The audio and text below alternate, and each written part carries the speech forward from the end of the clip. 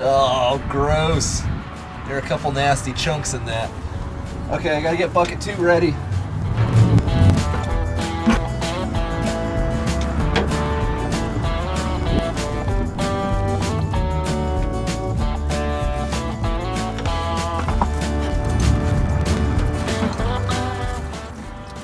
Oh, there's some water. Oh shoot, there goes my plug. Oh well.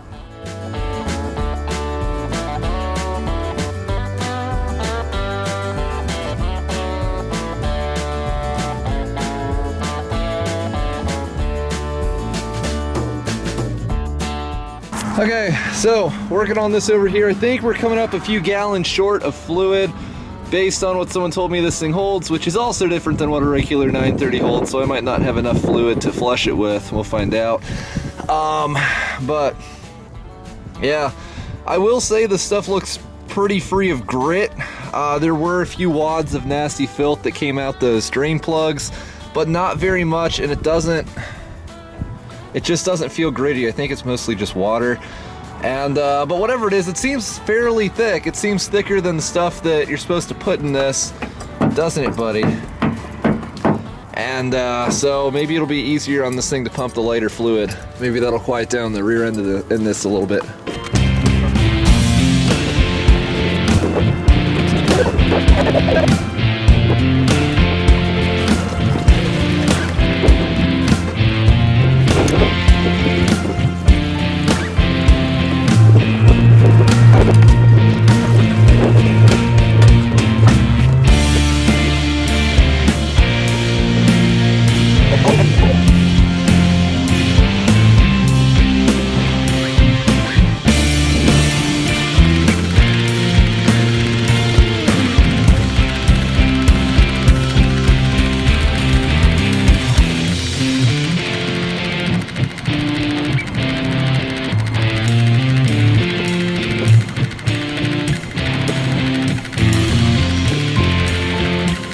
So the liquid we're using for the flush is now in the tractor. It's already starting to, I don't know, get bleached, I guess you could say, by that white milky stuff. And this is the filter that came off the tractor. As you can see, there's overspray on it, so it is possible that it's been on there ever since someone painted this thing red, which was probably quite a few years ago. Now I made sure this new fluid is circulating fully through the transmission. We put it in at the very back of the machine, and I opened the frontmost fill plug a tiny little bit, and it's just whoosh, starting to come out already. So we know that it is in fact a common reservoir, which is great because I cooked the oil pump in the old Alice Chalmers. You guys remember that one? I assumed that that one was a common reservoir, and it turned out not to be. I didn't really film changing that filter because I could barely see it to do it, let alone change it. But there wasn't much in it, as you can see. That's all that came out. Don't worry about that grit that was in there. But yeah, let's fire up this beast and drive it around the yard here until all that stuff has been swashed around the inside. Oh yeah, also I made it a point to bleed the fuel filters again because I had to pop that line off to steal some fuel out of there. I don't know how easy this is gonna start. It might still be warm from earlier, but that was hours ago now and it didn't get all that warm then. So you know what, I'm actually gonna give it time with the grid heater here.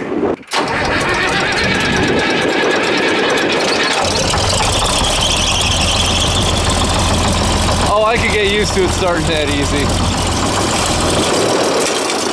Come on.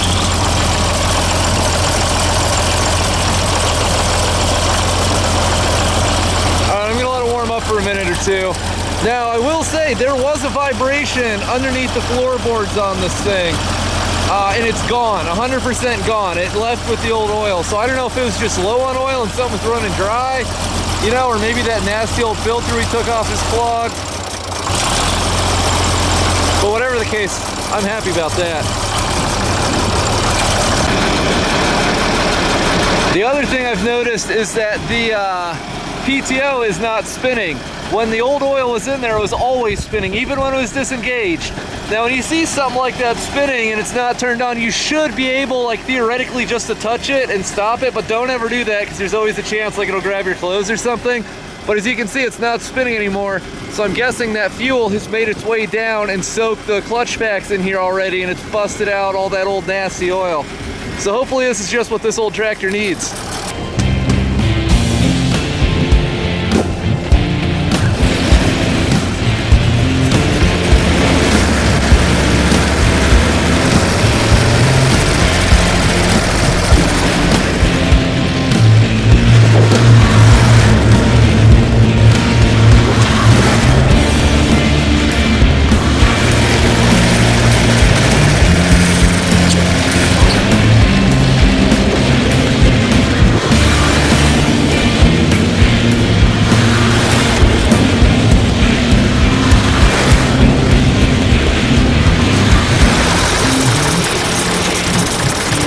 Alright, so y'all know how this tractor was making a little bit of a knocking sound, especially at idle.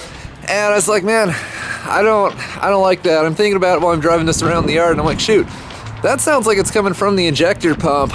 I wonder, I mean, there's supposed to be oil in there, right? And I looked at it and I was like, yeah, there's this oil line. I mean, just like, you know, what the Zetter has, it's got this oil line right here, which feeds pressurized oil from the crankcase, doesn't it, buddy? And I was like, this should be pretty maintenance free. I mean, I wonder what could be wrong with this. So I take the fill level plug, at least what I'm pretty positive is the fill level plug, out of this injector pump, and there is nothing in this thing. I take out the furthest down bolt I can find, which is where the oil line goes in. Literally not a drop comes out. Alright, well this is bad, because I mean, if the tractor's not pumping oil in here, this is a major problem. Like, I need to know about this before it destroys something else on the engine. So, I leave the oil line off, I start the engine, and oil just whoosh everywhere out the end of that line. I'm glad I thought to put a bucket down first, because it probably lost a solid quart in the 5 seconds it took me to turn the tractor back off. It was actually quite remarkable. It's like, okay, tractor engine is doing its part, it's just a matter of this pump. So, what I did is I started fishing around in there, and I found this little plunger thing with a spring on the end of it, and I figured this is probably stopping the flow of whatever is supposed to be going into this pump. So what I did is I took this out, and then I fired the tractor back up with the fill plugs out of the injector pump. And after about like 3 seconds, oil's pouring out of these, so I put everything in. I think the pump should be good now. It's definitely getting oil. There's definitely oil in it at this point. I called mechanic Steve to see what's going on with this and just run this past him. I told him everything I just told you guys. He's like, well, without actually seeing it, it sounds like that's an oil drain back valve to make sure that, like, when you turn the tractor off and all the oil trickles down out of the head and everything into the oil pan, that when you go to start it again, there's still oil in the oil pump. And if this is getting stuck, that's not letting oil in, and it sounds like that's what's happening. So I'm just gonna leave it out. We're gonna fire this thing back up and see if that knot goes away or at least quiets down. I hope nothing's damaged. Yeah, I hope nothing's damaged. I don't know. Maybe it needs an injector pump rebuild. But that's like $1,200 if I buy one on the internet, and Steve recommended a reputable local shop that can probably rebuild it for half that. So maybe I'll do that in the off season anyway, because this thing, even if there's nothing wrong with it from that, it's still 55 years old approximately, probably wouldn't hurt. Alright, let's fire this up, see what happens. Also, this beast made it all the way up to almost 160 degrees, which is, I think, the warmest I've had it. So I guess that means the thermostat is doing its job.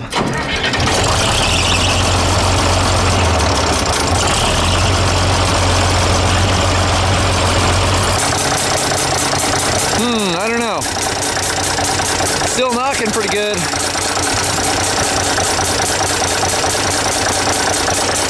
Let me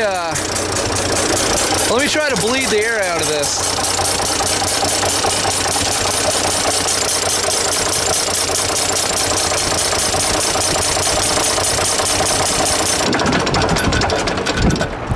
Alright, I think things are pretty well mixed together, and since the engine's decently warm, perfect time to dump out the water that's in this, because we're flushing it, and refill it with distilled water and antifreeze. Keep in mind, again, that's not antifreeze, that's literally just water, and it's that nasty.